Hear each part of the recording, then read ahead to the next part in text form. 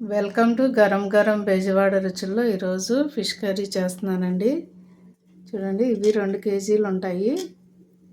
ఈరోజు నేను ఆంధ్ర స్టైల్లో చేస్తున్నాను. చూడండి, ఒక గిన్నె పెట్టుకొని నేను ఇప్పుడు దీనిలో పీసెస్ అన్నీ కూడా వేసేస్తున్నానండి. చూడండి, ఇలా నీట్గా కడగాలండి. చేప ఎప్పుడు కూడా ఒక 6-7 సార్లు కడగాలి. చక్కగా నిమ్మకాయ, పెరుగు, అలాగే సాల్ట్ అన్నీ వేసి, ఉప్పు వేసి బాగా కడిగితేనే ఈ నీసు వాసన అంతా పోయి చక్కగా ఫ్రెష్గా ఉంటుంది ముక్క కూడా. మొదటిగా నేను కారం వేస్తున్నానండి. ఇది పట్టిన కారం అండి. ఇంట్లో పట్టుకుంటేనే కారం చాలా బాగుంటుంది కర్రీలోకి. కొనుక్కున్న కారం అనుకోండి అంత టేస్ట్ రాదండి. ఎప్పుడు కూడా మనం ఇంట్లో పట్టించుకుంటేనే బాగుంటుంది.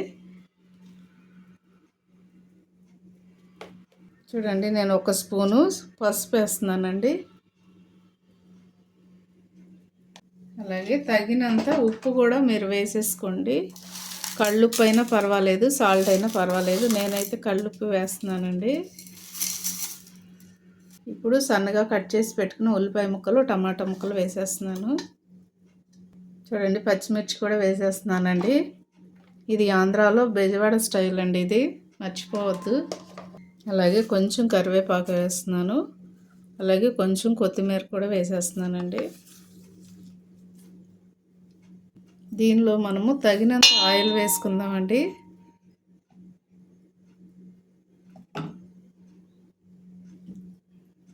ఎందుకంటే చేపల కూరలోకి కొంచెం ఆయిల్ పడుతుంది, చూసి వేసుకోండి మీరు. నేను దీంతో 2 గరిటెలు వేస్తున్నానండి.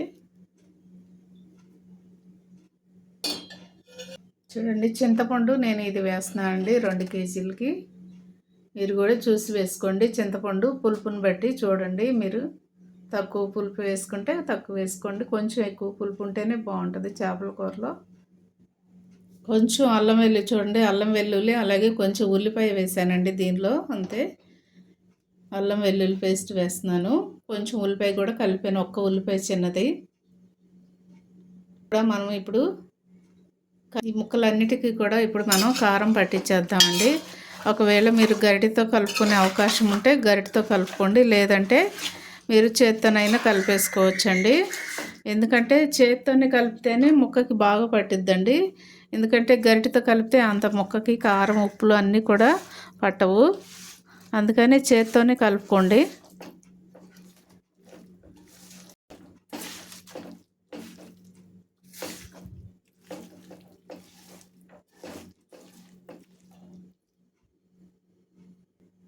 చూడండి, ముక్కలన్నీ కూడా కారం, ఉప్పు అలాగే మసాలాలు అన్నీ పట్టించేసి ఇలా 10 నిమిషాలు పక్కన పెట్టి ఉంచుదామండి.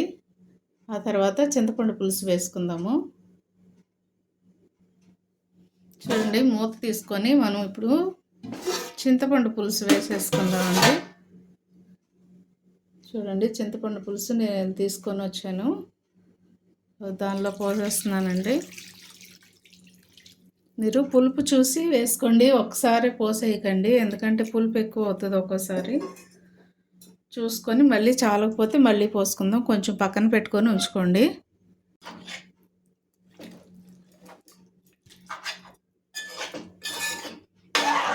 కొంచెం వాటర్ కూడా వేసుకోవాలండి.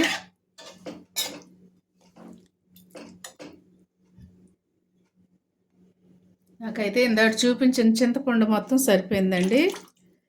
ఎందుకంటే ఈ పులుపు కరెక్ట్గా సరిపోయింది. మీరు కూడా చూసి వేసుకోండి. చింతపండు పులుసు ఒకసారి మధ్యలో చూసుకొని అప్పుడు చాలకపోతే మిగతా చింతపండు కూడా వేసేసుకోవాలండి. అంతా ఒక్కసారి పోసేసామనుకోండి ఒక్కోసారి పులుపు ఎక్కువైపోతుంది. అందుకని మీరు కూడా అలాగే చేయండి.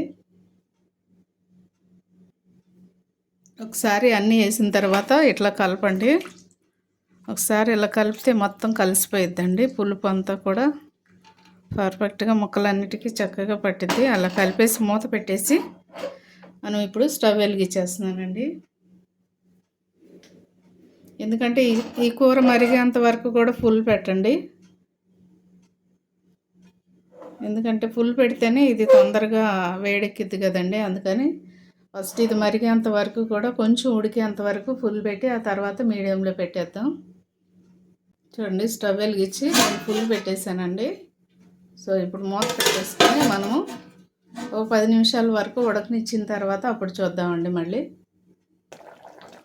చూడండి ఇప్పుడు నేను 2 స్పూన్లు ధనియాల పొడి వేస్తున్నానండి.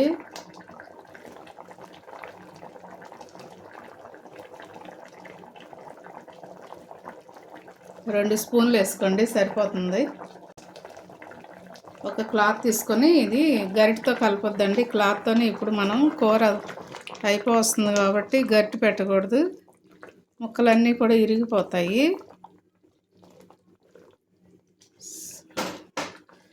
కొంచెం అలా మూత పెట్టేస్తే చక్కగా ఉడికిపోయిద్దండి.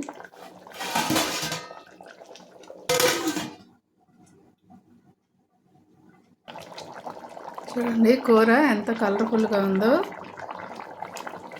కారం ఉప్పు అన్నీ కూడా బాగా సరిపోయాయండి. చూడండి పీస్ కూడా చాలా బాగుంది, కొవ్వుగా ఉందండి, చాలా బాగుంటుందండి. ఇది వచ్చండి ఇది. సో ఇదిగో చూడండి,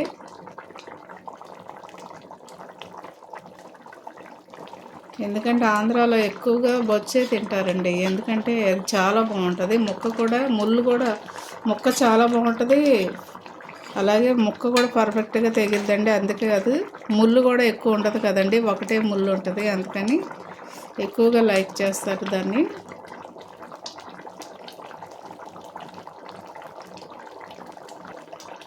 చూడండి కర్రీ రెడీ అయిపోయిందండి. పులుసు కూడా చిక్కబడిపోతుంది. చూడండి ఇలా చిక్కగా ఉండాలండి, చిక్కగా ఉంటేనే కూర బాగుంటుంది. నీరుగా ఉందనుకోండి చేపల కూర అసలు బాగోదండి, అందుకని పులుసు కూడా చిక్కబడాలి. చిక్కబడి ఆయిల్ పైకి తేలితేనే కూర బాగుంటుందండి ఎప్పుడైనా కూడా, ఏ కర్రీ అయినా కూడా. కాబట్టి ఇలాగా పర్ఫెక్ట్గా చక్కగా చేసుకోండి. నేను ఎలా అయితే చేశానో మీరు కూడా అలాగే ట్రై చేయండి, అలాగే చేసి నాకు కామెంట్లో పెట్టండి. నేను ఇప్పుడు కొంచెం లైట్గా కొత్తిమీర వేస్తున్నాను అండి, ఇందాక వేసాం కదా.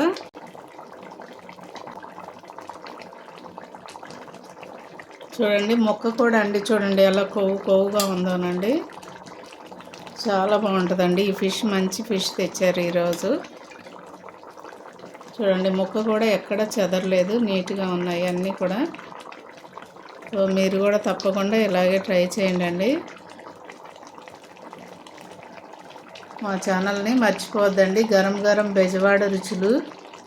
సబ్స్క్రైబ్ చేయని వారు ఉంటే దయచేసి సబ్స్క్రైబ్ చేయండి, షేర్ చేయండి, లైక్ చేయండి. Thank you.